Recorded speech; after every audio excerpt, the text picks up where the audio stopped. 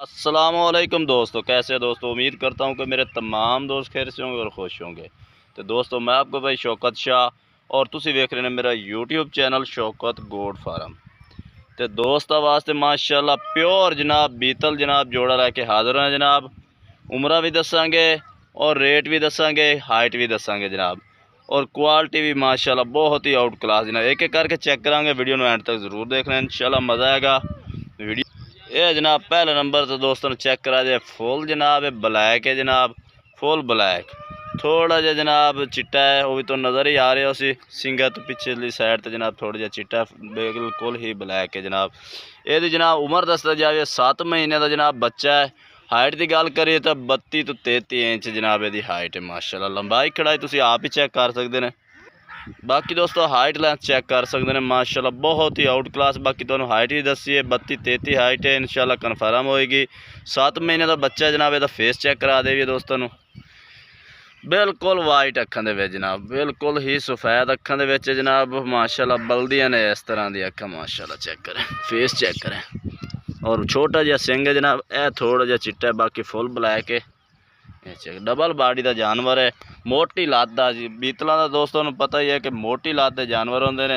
ये चेक करें माशाल्लाह, और गारंटी शुदा जानवर नुक्स साहब की गारंटी होगी जनाब। तुम चेक भी कर सकते हैं, खा पी रहे हैं, बिल्कुल सेहतमंद जानवर जनाब मौजूद खलोते हैं जनाब। ये जनाब आ गया पहले नंबर पर। दूसरे नंबर पर चेक करा के दोस्तों दोवों का रेट भी चेक करें दसते हैं जनाब। और ये जनाब आ गया दूसरे नंबर पर, बिल्कुल अबरख प्रिंट दे विच माशाल्लाह। ये भी क्वालिटी चेक करे, तरीफा जिन्नियां मर्जी की जाओ। कई दोस्त कहते हैं कि वैसे ही तारीफ की जाती, चीज़ आप ही तारीफ के काबिल है जनाब। तुम चेक कर सकते हैं माशाल्लाह, लंबाई खड़ाई ज़बरदस्त। ये उम्र भी जनाब 7 महीने। ये हाइट तकरीबन 31 तो 32 हाइट है। ये हाइट उस तो 1 इंच जनाब घट है कन्फर्म माशाल्लाह। तो ये सफेद अखा ने जनाब, ये भी है माशाल्लाह, चेक कर सकते हैं। और बहुत ही प्यारा आउट क्लास ये माशाल्लाह। फेस चेक करे माशाल्लाह जी, बिल्कुल तोता फेस है जनाब। और माशाल्लाह वाइट अखां दे विच प्रिंट तुसीं आप चेक कर सकते हैं जनाब। आउट क्लास जनाब चीज़ है और एक्टिव जानवर है। हुण दोस्तों दोवां दा रेट भी दसदे जाइए।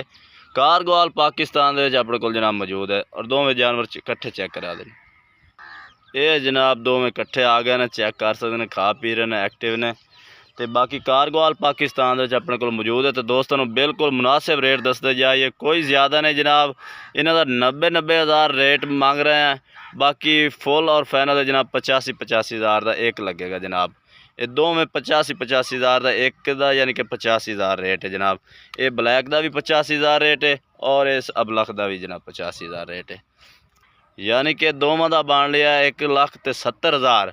जेड़ा भाई अगर दोवें इकट्ठे खरीद सी उन्होंने जनाब 1,60,000 यानी कि 80-80 हज़ार का है जनाब मिल जासी बकरा। बाकी चेक कर सकते हैं इस तरह के मार्केट के जनाब 1,10,10 लाख जनाब मार्केट रेट मांग रहे हैं। और शौकत भाई तुम दे रहे जनाब 80-80 हज़ार रुपये का एक बकरा। बाकी दोस्तों आज की वीडियो इतने दोस्तों वीडियो अच्छी लगे लाइक करना, चैनल को सब्सक्राइब करना, दोस्तों शेयर करना। अस्सलाम वालेकुम अल्लाह।